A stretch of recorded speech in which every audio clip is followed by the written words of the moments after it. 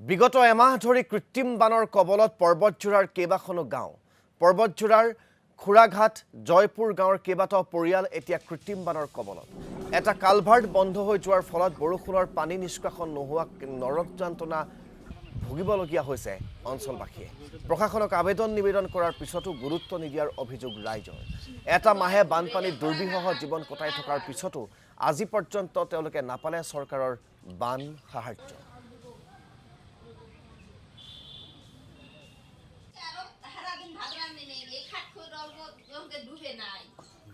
গতিকে জয়পুৰ পাৰ্ট 1ৰ পানীখিনি মানে ওলাই যোৱাৰ কোনো ৰাস্তা নাই খুৰাঘাটৰো পানী এইখিনিৰ পানী ওলাই যোৱাৰ কোনো ৰাস্তা নাই মানে আচলতে সেই মেইন যিটো কালভাৰ্ট সেইটো বন্ধ হৈ গৈছে সেইটো খোলাৰ ব্যৱস্থা আজিলৈকে নহ'ল আমি জনাইছোঁ এইবাৰ মই নিজে যোৱা নাই কিন্তু ল'ৰাবিলাক গৈছিল মই নিজে যোৱা নাই যোৱাবাৰ মই খুব তাঁতবাতি খাটিছোঁ কিন্তু